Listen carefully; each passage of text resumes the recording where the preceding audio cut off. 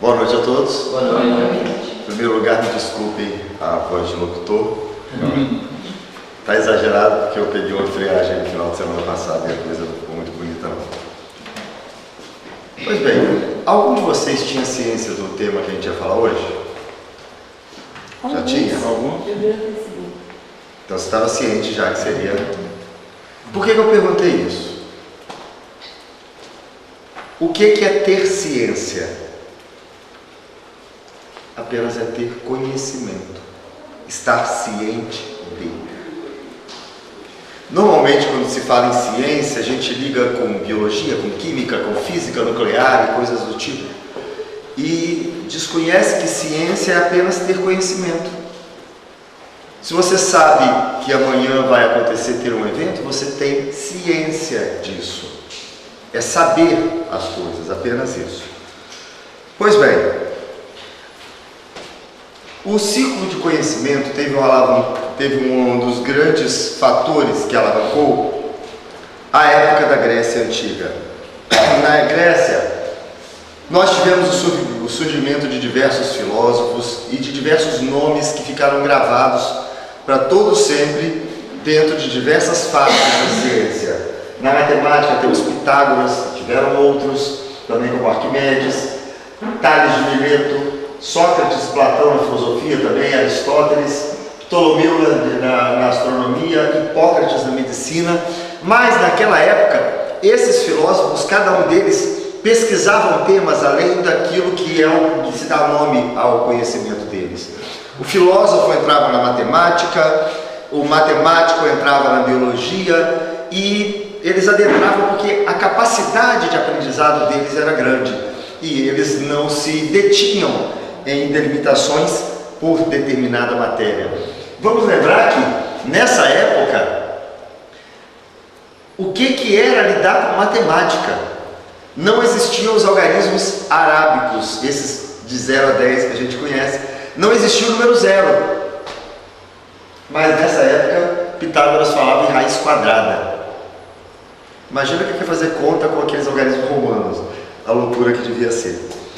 Pois bem, acontece que quando a Grécia foi dominada pelo Império Romano posteriormente, os romanos tinham o hábito naturalmente de preservar a cultura, preservar a religião, de manter o conhecimento existente da cultura anterior conquistada. E assim, Roma se tornou, vamos dizer assim, um império muito culto. A língua nativa era o latim, tanto que aqueles que não falavam latim eram tidos como os bárbaros, visigodos, ostrogodos e por aí vai.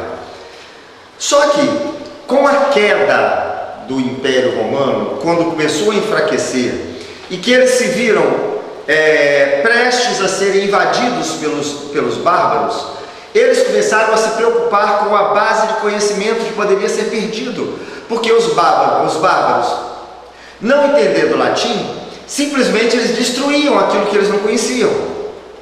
Então eles recorrem à mística que existe nas religiões e a tendência natural de se respeitar o lado religioso e recorrem às igrejas como depositório para que pudessem ali ficarem preservados todos os livros do conhecimento acumulado até então.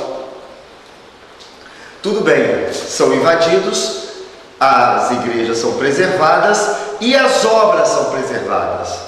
Muito bacana até. Só que isso passa a ter um problema. Posteriormente, à medida que se reinstala o poder, que vai normalizando a vida naquela região, todos os livros estavam em poder das igrejas. E a igreja se associa com o poder político, isso é lá atrás, para, primeiro, ser sustentado pelo Estado, e segundo, com o poder de Deus na mão dela, dava a força que o Estado precisava para se impor sobre as massas. Desde que as massas, as pessoas, não tivessem cultura suficiente para questionar aquilo. Então a igreja tranca o conhecimento dentro das suas sedes. Ninguém tem acesso aos livros. que ficavam guardados nas catedrais. Para que a pessoa pudesse aprender, estudar, avançar e conhecer algo mais, tinha que recorrer à igreja como instituição de ensino. E a igreja delimitava o que poderia ser ensinado, o que não poderia ser ensinado. Tanto que as pessoas que iam além em determinado tema eram considerados catedráticos, porque eram nas catedrais que eles conseguiriam a sua formação. As bibliotecas são preservadas e crescem exclusivamente dentro dos mosteiros. E lá existiam monges que faziam a cópia das obras com escrita manual, uma vez que não existia imprensa ainda, para que pudesse ser replicado aqueles livros que eles tinham. Todo o ensino estava sob o controle da igreja, que era voltada exclusivamente para quem quisesse ingressar na vida religiosa. Quem quisesse aprender para seguir a vida religiosa tinha acesso. Ali aprendia gramática, música, aritmética e uma série de outras coisas mais. Pois bem, chegamos à Idade Média e o mundo começa a passar por mudanças. Durante o período do feudalismo, a igreja mantinha-se poderosa. Ela era o segundo estado, sustentado pelo primeiro estado, que era a nobreza. O terceiro estado, que era a ralé, ficava lá para trás. Nessa época as missas eram em latins, com o padre virado para o altar de costa para o público. Como a maioria não sabia latim, simplesmente não aprendia. Aí vai se entender, se o povo não sabia ler, como que eles podiam entender a história do Cristo? Aí começaram a colocar quadros nas paredes das igrejas com as imagens da passagem da vida do Cristo. Posteriormente isso seria migrado para os vitrais. É porque o povo não sabia ler, por isso que nós encontramos as passagens da vida na parede da igreja. É dessa época que a ignorância ainda dominava o povo. Eles não conseguiam entender a missa, eles tinham que ler em história em quadrinho da parede o que tinha acontecido. Quando começam as cruzadas para tentar resgatar a Terra Santa, o controle da Terra Santa que estava em poder dos mouros, naturalmente constrói-se uma rota de contatos.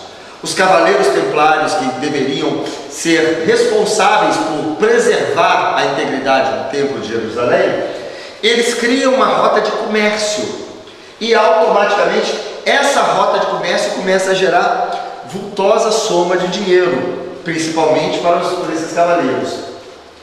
Dentro dessas rotas eram necessárias pessoas que soubessem ler, conversar em mais de um idioma, fazer registros de quantias, e todo o aprendizado disso estava exclusivamente voltado para dentro das igrejas. Até que, com a limitação do poder de ensino da igreja, em 1179, no terceiro concílio de Latrão, eles instituem a licença docente. O que é isso?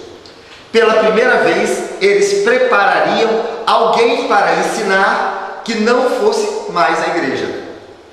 Mas essas pessoas estariam subordinadas às condições da igreja para poder levar esse ensino adiante. A ciência, que é todo o conhecimento que se tinha até nessa época, está completamente subordinada à religião. Era o Papa e eram os arcebispos que decidiam o que poderia ser levado a conhecimento daqueles que quisessem estudar. Pois bem, Roger Bacon foi um desses aprendizes. Ele viveu de 1214 a 1294.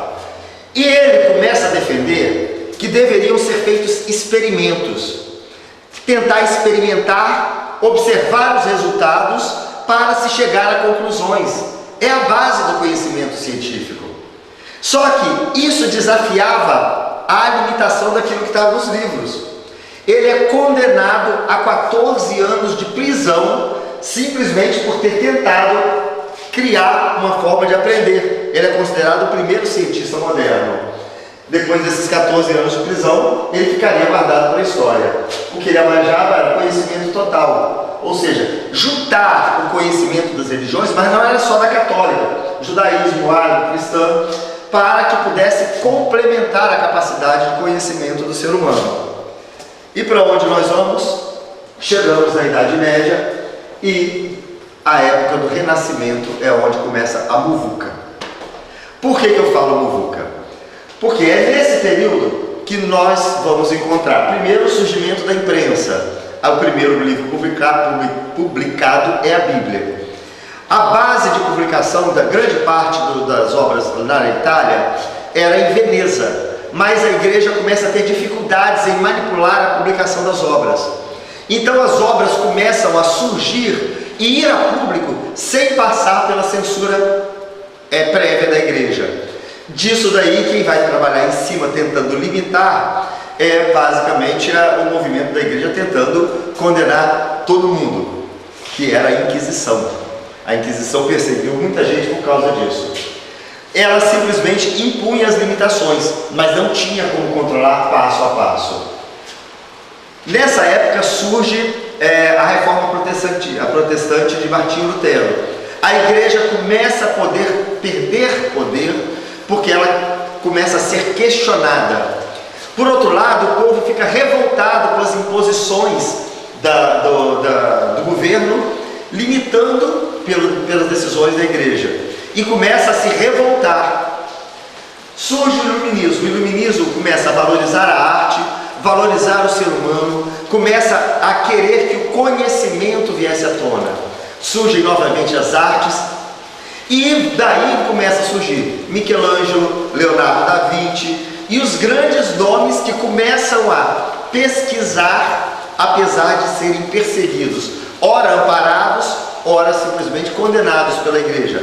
Galileu Galilei, que defendeu o fim do heliocentrismo, ele simplesmente é condenado a uma prisão domiciliar o resto da vida. Nesse momento, aqueles que pesquisavam começam a sentir a limitação que era trazido pela religião. Na verdade, por que a religião não queria permitir o avanço do conhecimento? Lembra do conhecereis a verdade vos libertará? A pessoa que tem conhecimento aprende a questionar. Então ela preferia manter a ignorância como uma forma de poder manipular o povo pelo medo. Só que aqueles que pesquisavam, que exumavam corpos das sepulturas, como o próprio Leonardo da Vinci, para traçar detalhes a respeito da anatomia humana, eles viam a igreja como limitador e não aceitavam mais aquela imagem de Deus que era oferecido até então. Nesse instante eles questionam a existência desse Deus, porque esse Deus era irracional. Nesse instante a igreja condena a ciência, porque a ciência tentava desafiar os seus poderes. E é nesse instante que vão ter a ruptura da ciência com a religião. A ciência começa a andar sozinha, ainda que perseguida, quase sempre obscura, quase sempre às escondidas.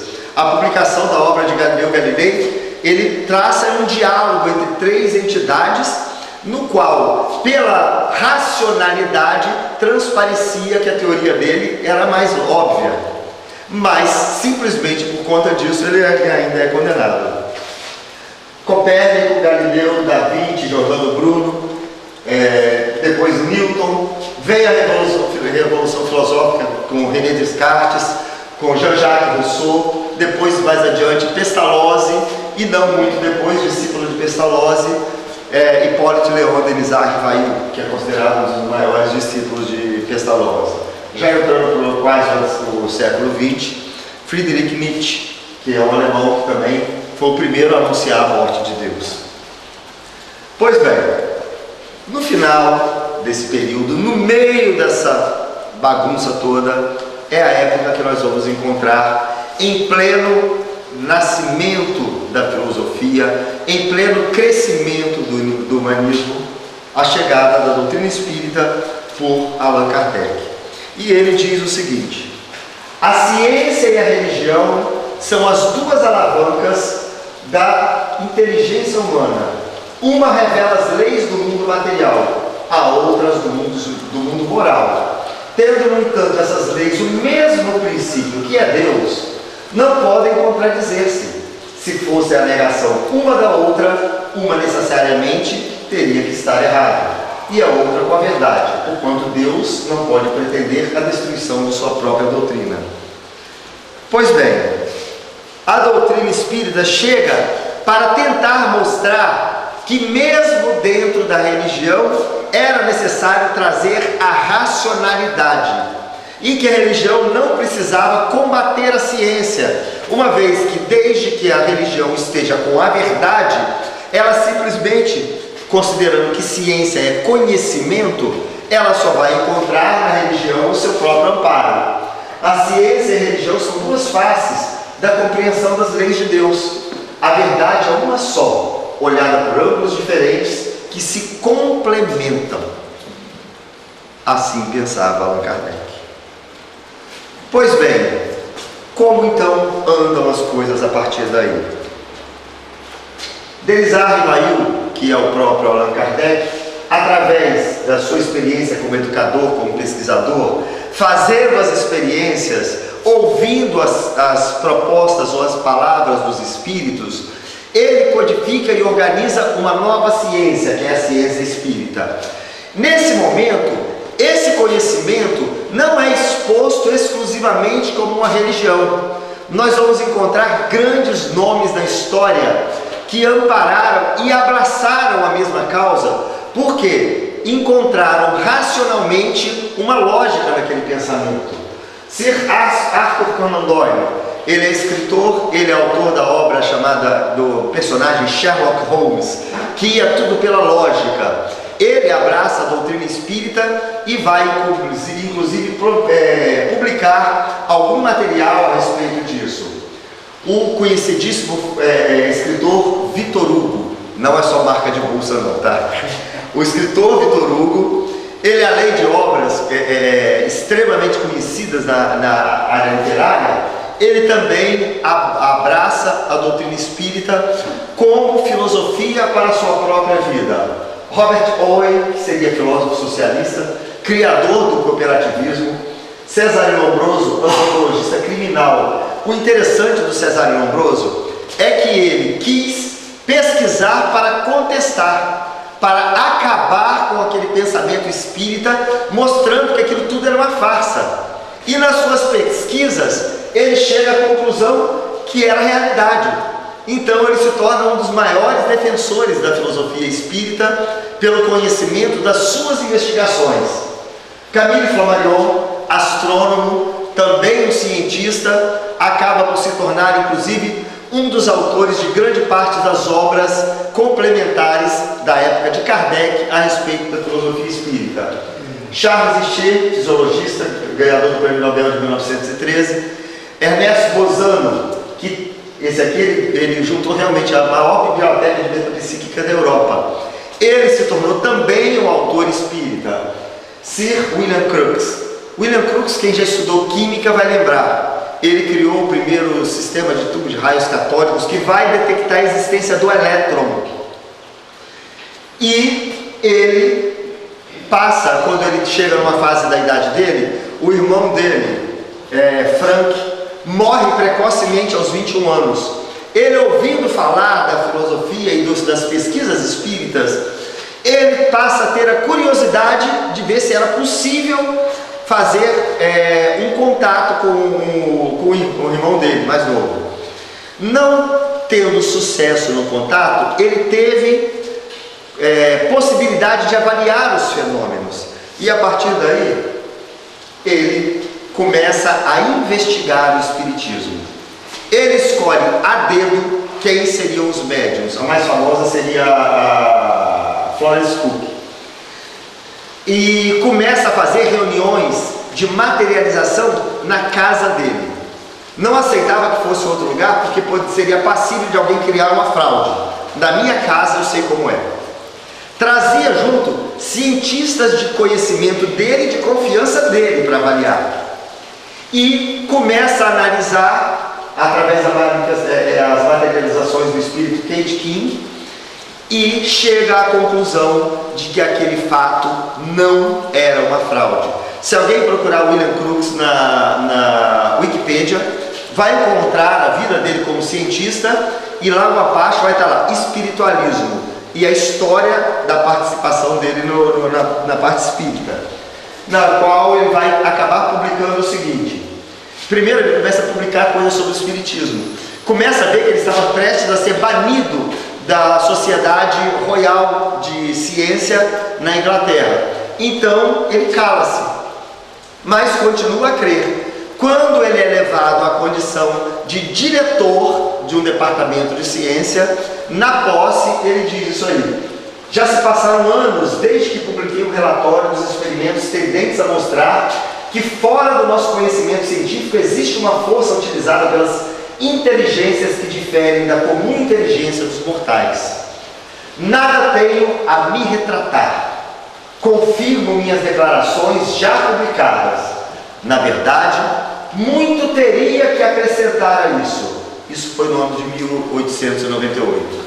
Já na entrada do século XX, quando entrevistado por um jornal, ele diz o seguinte: nunca tive jamais qualquer ocasião para modificar minhas ideias a respeito.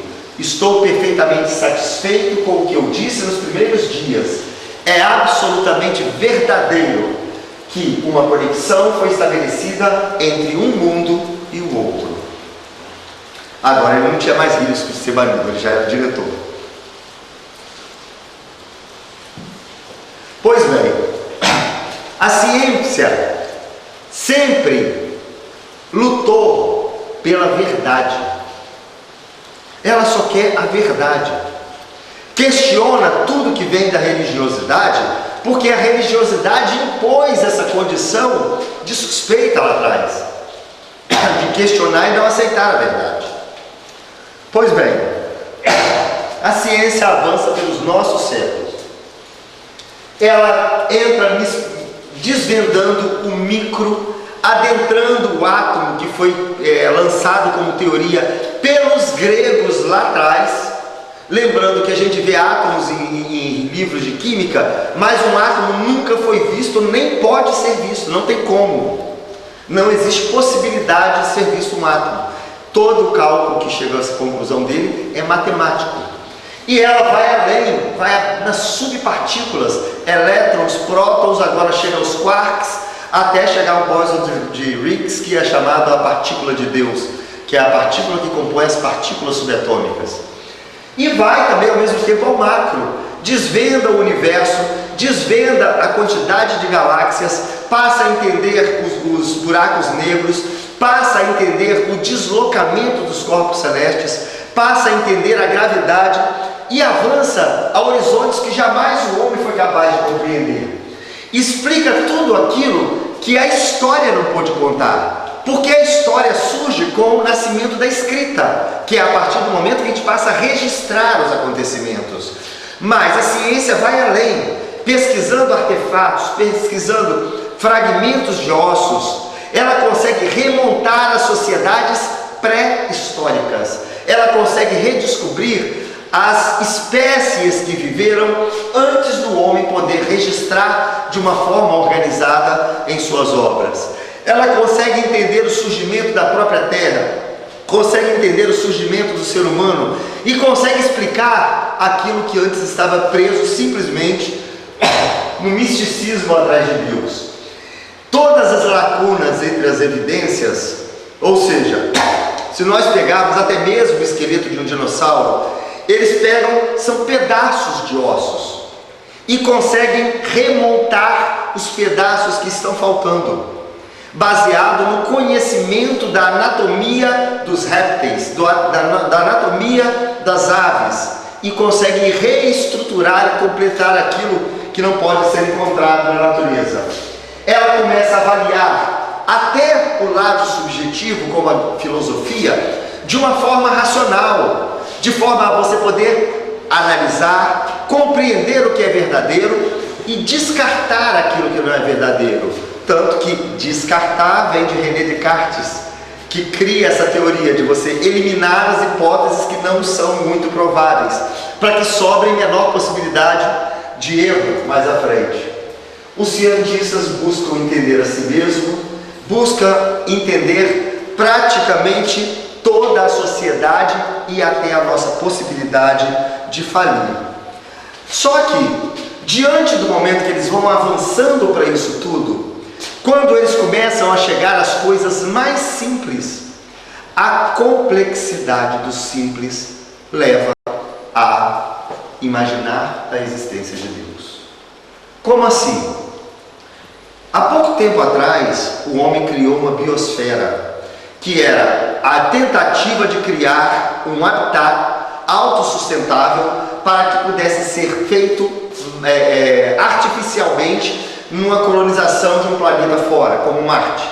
Então eles isolam e ali dentro começam a colocar as espécies que se complementam para fornecer alimentação, para fornecer oxigênio, para criar uma espécie de um ecossistema fechado. Não funcionou. Eles tiveram que injetar oxigênio. Não deu certo. Criaram a Biosfera 2 com inovações. Não funcionou. Mas a natureza não se restaura sozinha. Mas o homem por si só não consegue fazer.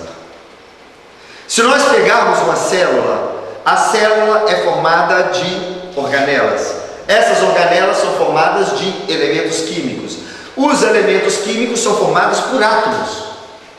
Se nós botássemos uma célula dentro de uma caixa hermética totalmente isolada, vamos dizer que essa célula morresse e se desfizesse. Nós teríamos ali dentro todos os elementos químicos que compunham a célula. O homem não consegue pegar os mesmos componentes e fazer a célula. Por mais que ele entenda, por mais que ele tenha se aprofundado no conhecimento da ciência, ele não consegue recriar a vida. Ele consegue modificar aquilo que está vivo. E diante dessa grandiosidade do macro que se equilibra como cosmos e do micro que se equilibra nas partículas da vida e de tudo, ele é obrigado a dizer: existe uma força maior por trás de Deus. Albert Einstein: estamos começando a conhecer a relação entre a ciência e a religião de um modo totalmente diferente da concepção clássica. Afirmo com todo vigor que a religião cósmica é o móvel mais poderoso e mais generoso da pesquisa científica. Francis Collins, diretor do Projeto Genoma: a ciência não deve se sentir ameaçada por Deus, mas sim reforçada, e Deus certamente não está ameaçado pela ciência. Foi Ele quem criou, tornou tudo isso possível. Dr. Ian Stevenson, pesquisador de regressão de memória e de casos suspeitos de reencarnação. Eu já tentei comprar o livro dele, é bem caro. Tem mais de 360 casos de reencarnação documentados que ele coletou por todo o mundo. Psiquiatra americano afirma que se pode acreditar na reencarnação com base em provas. Ele foi em vários casos que ele tomou conhecimento pelo mundo afora. Sabendo que alguém tinha uma recordação, vivi num lugar assim, de tal forma, meu nome era esse, ele ia a tal lugar, levava a pessoa para ver se reconhecia o lugar, ia a cartório de registro para localizar quem ela relatou ser numa vida anterior, para encontrar registro da pessoa que ela teria vivido na vida anterior e detalhes da vida anterior que pudessem bater com o que era relatado para a pessoa. E o seu livro, infelizmente só tem em inglês, é caro a beça, mas é um livrão enorme, tem mais de 360 casos muito documentados a respeito de reencarnação. No Brasil nós temos casos parecidos, mas é uma quantidade muito menor. Kardec: se o Espiritismo tivesse vindo antes das descobertas científicas, ele teria sido abortado, como tudo quanto surge antes do tempo. A pessoa, não conseguindo compreender, simplesmente descarta, porque não consegue absorver, parece uma fantasia. O Espiritismo veio na hora apropriada, tanto que Jesus lá atrás falou: muito tenho para vos dizer, mas não podeis suportar agora. Rogarei a meu Pai e vos enviarei um outro Consolador, o Espírito de verdade, que vos lembrará tudo aquilo que vos tenho dito e muito mais. E é onde nós vamos encontrar o surgimento da doutrina espírita. Casos recentes. Observe uma coisa muito interessante. Julho de 1988. O Dr. Randolph Bird, simplesmente ele faz uma experiência com diversos pacientes, quase 400 pacientes, e faz o seguinte teste. Um grupo desses pacientes receberia pessoas que fariam orações por ele. O outro grupo não teria ninguém orando por eles. Mas um detalhe: quem vai orar só recebe o primeiro nome, não sabe para quem está orando. Todo mundo que está doente não sabe se tem ou se não tem alguém orando por ele. Então eram completamente isolados. Simplesmente, após fazer uma análise de tratamento, o que ele chega à conclusão? Que os dados são: o primeiro grupo que recebeu oração recebeu 5 vezes menos antibióticos para recuperar a saúde. Não é 5% a menos, não. É 5 vezes menos. Isso significa quase 600%, ou 500, 600% da quantidade de antibiótico que os outros receberam. 3 vezes menos incidências de edema pulmonar, que é consequência de bombeamento irregular do sangue. Observa, os que receberam as orações, nenhum caso necessitou de entubamento. No outro, 12 precisaram. E para fechar, o número de óbitos foi muito menor para aqueles que receberam oração. Então isso mostra que a ciência já começava a questionar. Dr. Alex Carrel, que ganhou o prêmio Nobel de 1912 por ter criado o primeiro método de transfusão sanguínea, ele fez uma pesquisa do efeito da oração sobre as pessoas em tratamento e chegou a uma conclusão interessante, que não tem como distinguir aqueles que estão recebendo o tratamento alopático dos que estão recebendo o tratamento exclusivamente da oração. Ou seja, uma conclusão muito parecida com essa. Uma pesquisa mais recente, essa foi ao ar no Globo Repórter de 2002. USP, Universidade de São Paulo. O Dr. Júlio Pérez e o Dr. Manuel Simão, que são psicólogos da Universidade da USP, eles resolveram saber se é verdade os casos de regressão de memória que são levados a cabo pela psicologia e pela psiquiatria, através da hipnose. Por quê? Muita gente fala que são criações mentais. Outras pessoas falam que a pessoa capta aquilo de um consciente coletivo. Então, eles decidem fazer a regressão expondo as pessoas a um processo de tomografia computadorizada. E fizeram um mapeamento cerebral de alguns pacientes durante o processo da tomografia, da regressão de memória. A área do cérebro ativada quando os pacientes entram numa hipotética vida passada é a da memória, não a que comanda os circuitos da imaginação. Durante a regressão não entra em atividade. Ele ainda relata que essas pessoas vivem emoções, o que é completamente diferente. Você não vive emoção de uma história que te é contada. A emoção vem à tona quando você recorda uma experiência pela qual você passou. Não importa o nome que se atribua a esse conteúdo, de fato ele é verdadeiro, genuíno para o paciente, porque ele dispara emoções. Outra pesquisa da USP, e essa é mais interessante, porque essa palestra, quando eu criei ela, foi há cerca de 20 anos atrás. Olha o que na época eu tinha. Sobre obsessão. No Hospital das Clínicas de São Paulo, criou um núcleo de estudos para tentar comprovar a interferência espiritual sobre os seus pacientes. Dr. Franklin Ribeiro, existe uma resistência muito grande e muito preconceito. A existência desse grupo é justamente fazer pesquisa no sentido de comprovar esses fenômenos de uma maneira estruturada. Uma das fontes foi a Federação Espírita do Estado de São Paulo, para onde os médicos foram para assistir reuniões de desobsessão. Assistiram como pesquisadores. E a contribuição dessas manifestações, o que eles poderiam trazer para a ciência? Essa era a pergunta.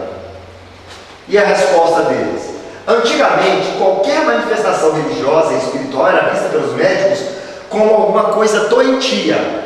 Hoje, nós estamos podendo observar esses fenômenos e investigar, sabendo que as pessoas que têm essas manifestações nem sempre são doentes. Eu deixei na íntegra. Isso aqui está desatualizado e eu vou corrigindo no final do próximo slide.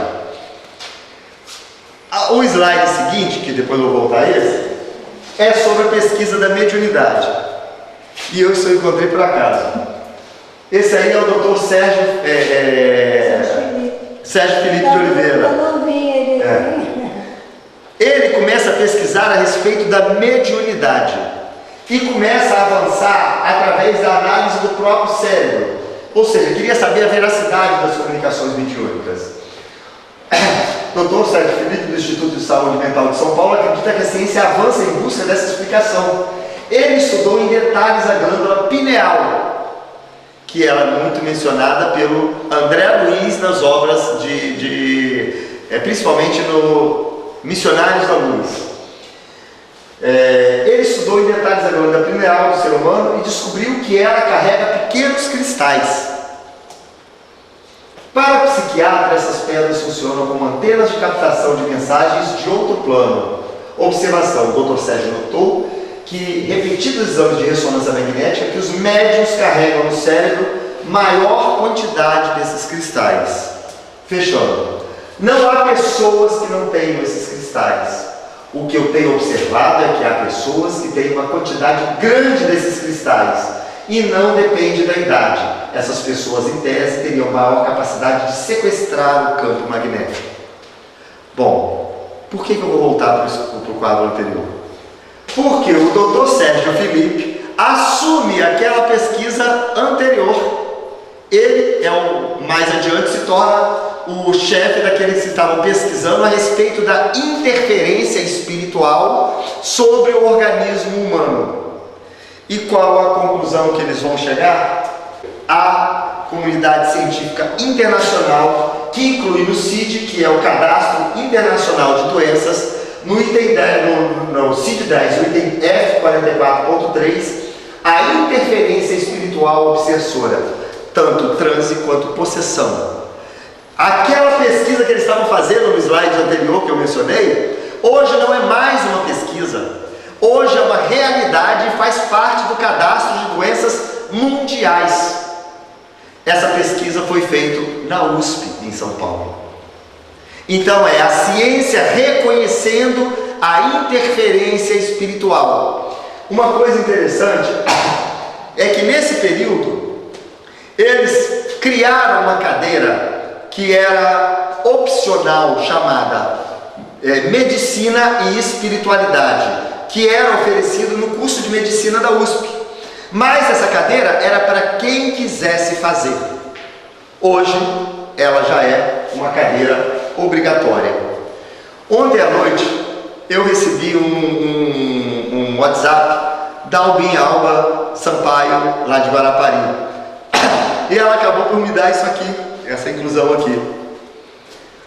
Publicação de 2014 sobre a mediunidade de Chico Xavier, através da Associação Médico Espírita, que só existe aqui no Brasil, a AME, pesquisa a obra Missionários da Luz de 1945, psicografia de Chico Xavier, o autor André Luiz, e descobre que nessa obra eles colocaram 21 informações a respeito da glândula pineal, aquela que o Dr. Luiz Sérgio está falando da existência dos cristais.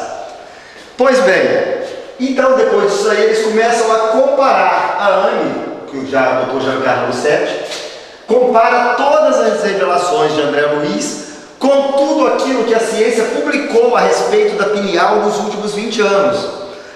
Um detalhe, no ano de 1950, só houveram 10 publicações a respeito da pineal no mundo inteiro. De lá para cá, já são mais de 2.000 publicações. E qual a conclusão que eles chegaram? Que André Luiz antecipou as informações que foram postuladas e pesquisadas e confirmadas 60 anos depois.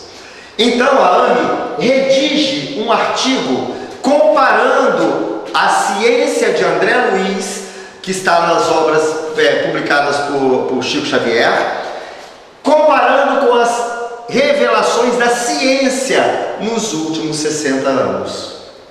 Envia para a chamada Neuroendocrinology Letters, que é um jornal reconhecido da área científica, que publica no mês de abril de 2014 a sugestão da AME na sua íntegra. Não fez sequer um pedido de revisão. Então, aqui, eu tenho, se alguém quiser, aqui é o que relatou em entrevista, mas tem o link para a publicação original dessa revista científica. Em português tem? A publicação acho que está toda em inglês. Não sei se está em inglês ou português. Eu comecei a ler, mas eu honestamente não me ative muito a isso, porque às vezes eu confundo. Agora, então, a ciência publicada por Chico Xavier é reconhecido pela comunidade científica internacional. Muito bom isso, hein? Isso apenas sobre a pineal. Agora a AME está avançando por todas as outras revelações oferecidas por André Luiz desde a década de 40 nos 16 livros que compõem a série A Vida no Mundo Espiritual. Então o que mostra é que já foi oferecido e é reconhecido nesse artigo como um canal de entrada de conhecimento, como fonte de conhecimento.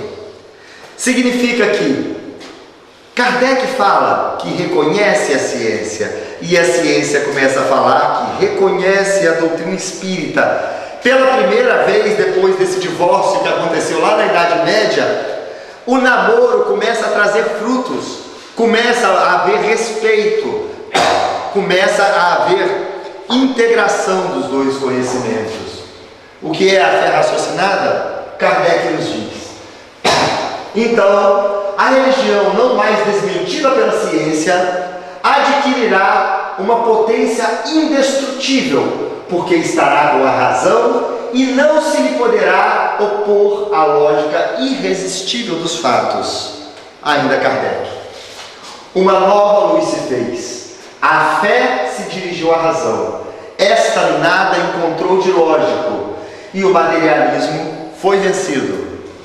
A fé, preconizada pelo Espiritismo, é a fé raciocinada, ou seja, dotada de conteúdo intelectual e submetida à luz da razão.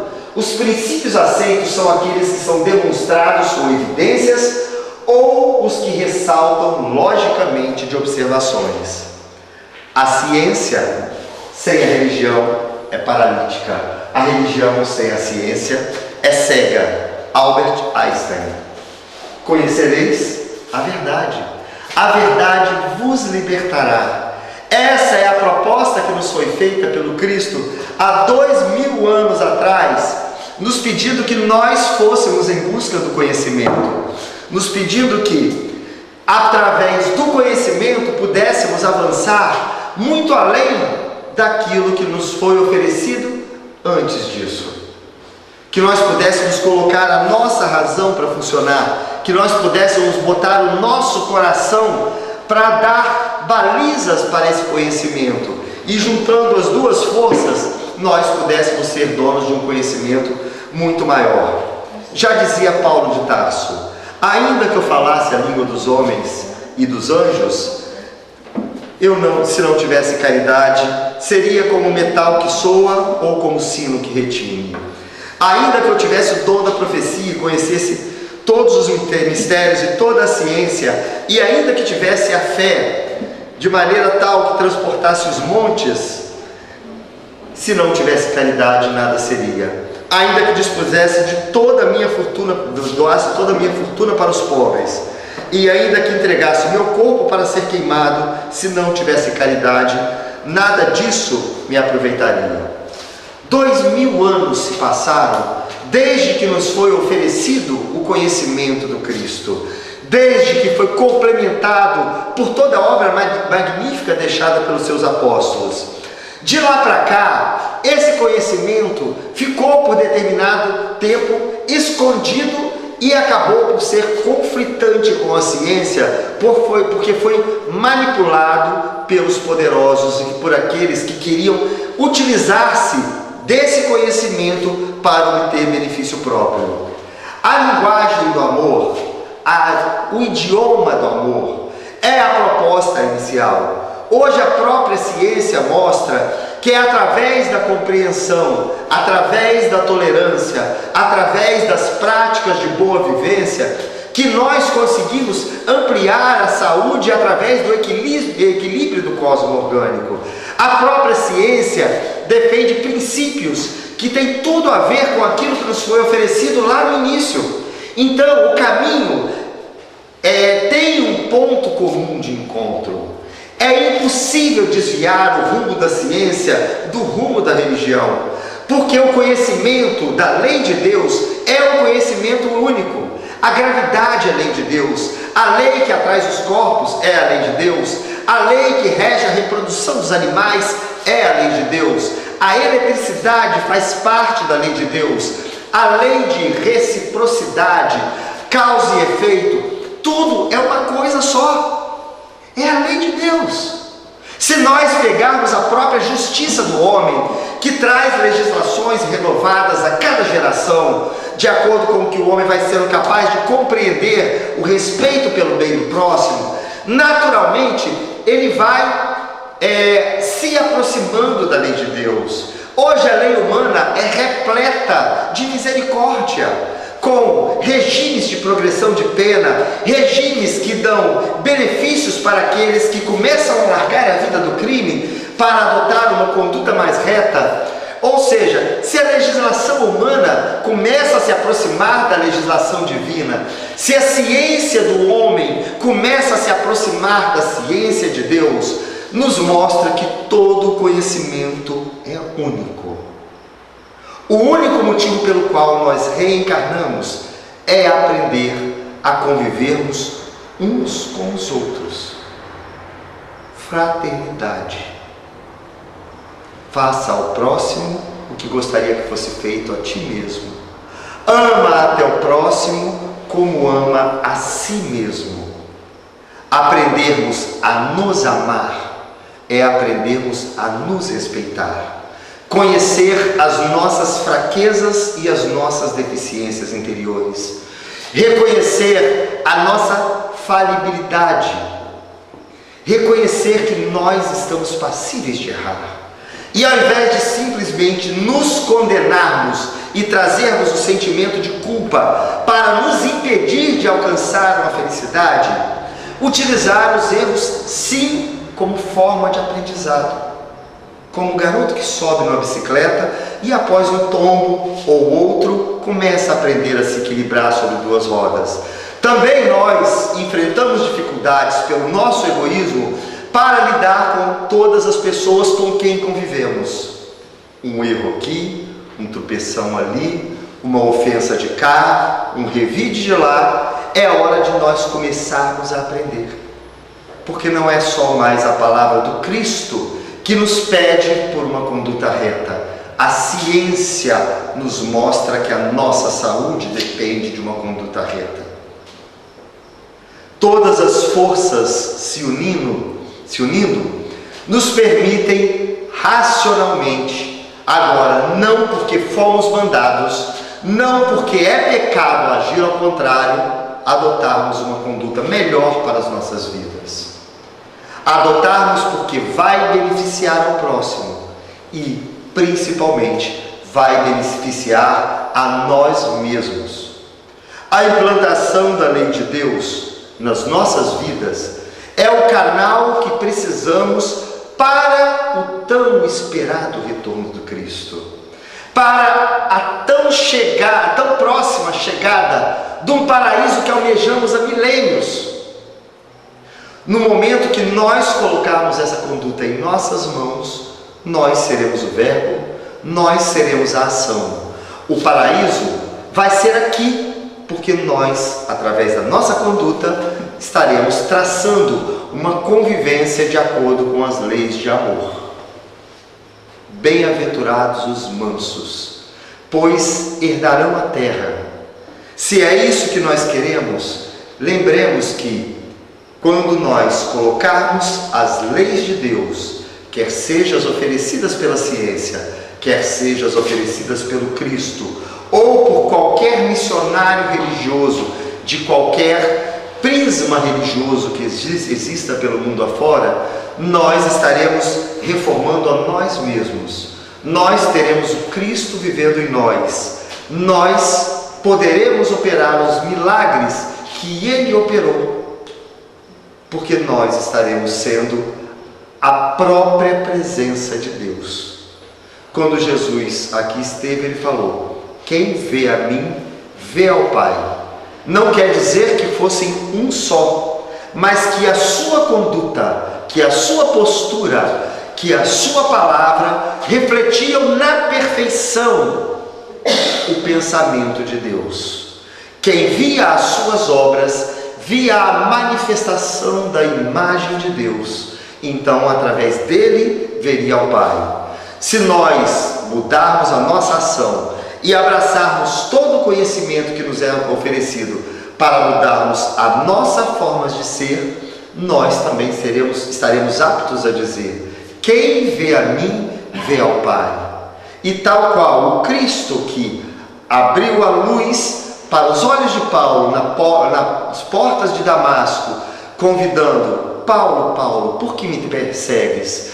E chamando ele, que se tornaria então talvez o mais forte de todos os discípulos de todos os tempos, nós temos agora a luz que se acende à nossa frente, não através da personificação de alguém, mas pela presença do conhecimento, que nunca alcançou um patamar tão alto, e que nos dá a possibilidade de compreender não somente as forças da natureza, mas quem somos, de onde viemos, para onde vamos, por que é que estamos aqui.